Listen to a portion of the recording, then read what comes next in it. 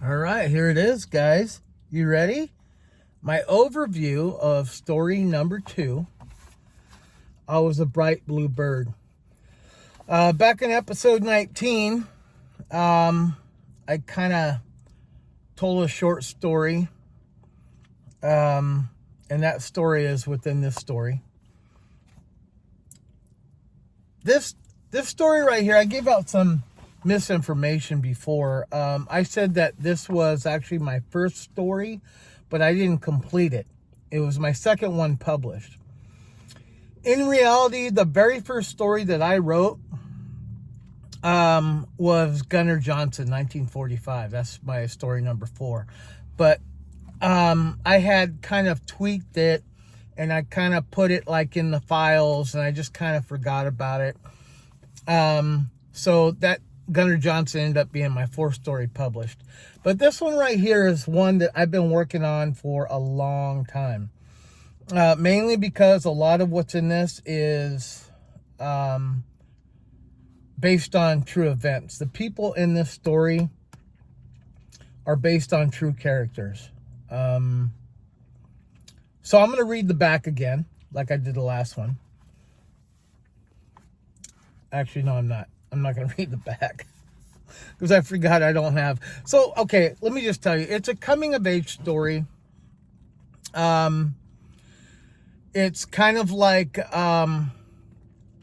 it takes place in a weekend, a holiday weekend. And it's kind of like a little tidbit of experience for these 2 best friends, these junior high best friends. You have one, the main character, Joey, who's kind of a fuck up. He likes to get in the fights. He's not the best student in the world. He's not a bad kid, but he's got ADHD. He's got kind of a learning disability, and he's got some emotional issues. And then you'll see in the story that he went through some shit, and it kind of affected him. Now, his best friend, Mikey, is like the polar opposite. He's a nerd. He's a band geek. And even though they have different personalities, they kind of complement each other. They're tight. They're best friends. And the thing is, they met each other in kindergarten, right? Grade school. And they were best friends. They were inseparable all 6 years of elementary school. But when they went to junior high, they essentially, they got different classes, and Mikey had moved. His mom had remarried and moved across town, but they had this inter-district transfer thing where Mikey still went to that school because it happened to have a stellar music program. And so they still went to school together, but they hardly saw each other at all. So this particular story takes place, like I said, in a holiday weekend.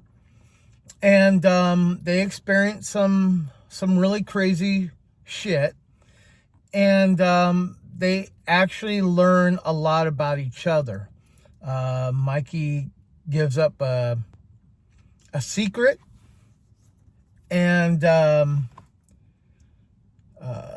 Joey kind of reveals in kind of a payback the kind of stuff that he was going through. And they just kind of learn about life and death and pretty much everything in between in this holiday weekend. It's about as long as story number 1.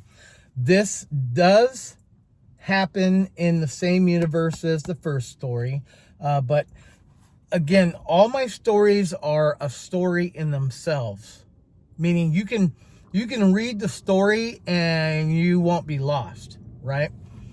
There will be certain things where it'll throw some hints and you'll be like, oh, what does that mean? But ultimately, collectively, the story ends or begins, you know, there's the storyline and it ends, and you won't feel like, oh shit, what's next, or is there going to be a sequel?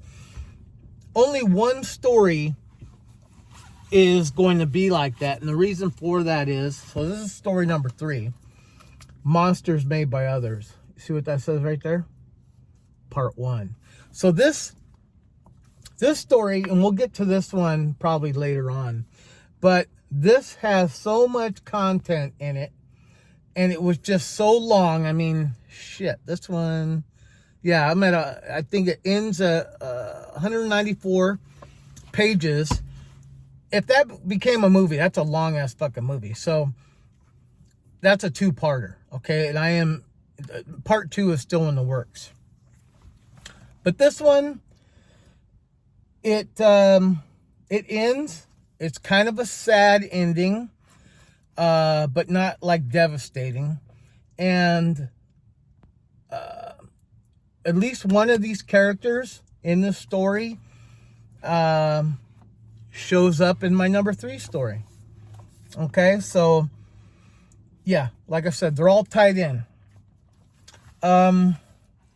This one is near and true to my heart because a lot of these happened, like it was hard to write. It was hard to write, it's hard to talk about because there are some things that happen in my life that influenced this story. And you know, you gotta remember the kind of like the nostalgia part of it. I'm writing about the mid-80s, you know, where I was a junior high kid during this time, and I saw some shit, I did some shit, and even the characters in this story are based on people who I loved. And yeah, a lot of sadness during this time.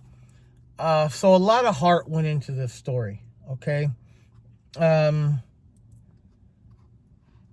gotta, you know, I'm biased, but I love every single one of my stories. And the only reason for that is I'm kind of an emotional guy. I love writing on emotion, and most of the times when I write, it's because I'm emotional at that time. Like that kind of drives me. I wrote This Charlie Is Mine during a tough time. This one is about some tough times, okay? But you know what? If I didn't complete this, if I didn't have that, you know, magical, I don't know what you want to call it,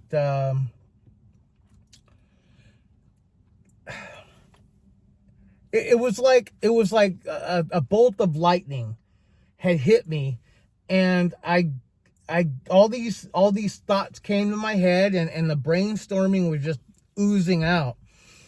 And I was able to put this together, at least the foundation of it, within a weekend. And then, you know, I just got obsessed, and I was writing and writing and writing and writing. But this was the catalyst, right? If it wasn't for this, if just the excitement of throwing it together and rewriting it and throwing it together and then publishing it, that was like, it was like euphoric, you know? So this, if it wasn't for this story, I wouldn't have been able to complete this one. You know, I have a certain style. There's a certain way you're supposed to write a screenplay or a script, right? And you're supposed to be somewhat vague. And it's up to like a director to bring it to life, right? Well, you know, it might not ever make it to the screen, so I want to be descriptive. I want it to tell a story like a book, but it's going to be in screenplay format. And you'll see, if you ever read this, I relay it to this based on how I see it in my head, okay? I see stories like a movie. So when I'm writing a movie, it's in my head, it's like a movie. So that's why I chose to a script or a screenplay format. So again, if it wasn't for This Charlie Was Mine, I wouldn't have made this one. And then, you know, I had so much going on in my head that I didn't want to make these stories too long. So I would take little bits of information and then I would apply it to the next story. And then boom, just like it was like, you know, the big bang, you know, explosions everywhere. And, you know, if I had the time, I would be writing right now, but I got to make money. I have a life, you know, I have family. If I had the time, I would be a full-time writer. If I can make real money off of this, I have a lot of shit up here in my head, and I know that I could, if given the time, I would probably be writing 2 stories a year instead of 1. So I'm a little behind right now. I have 4 stories in 4 years, but the next 2 are going to take a little bit more time than I expected because I'm trying to get, you know, a new job. I'm trying to get settled. And once I get all that personal shit straightened out, then I'm going to write more. But yeah, just like the last one, luckily this is only a one-parter. Okay, so I Was a Bright Blue Bird. Check it out on Amazon for $10. Make you holla.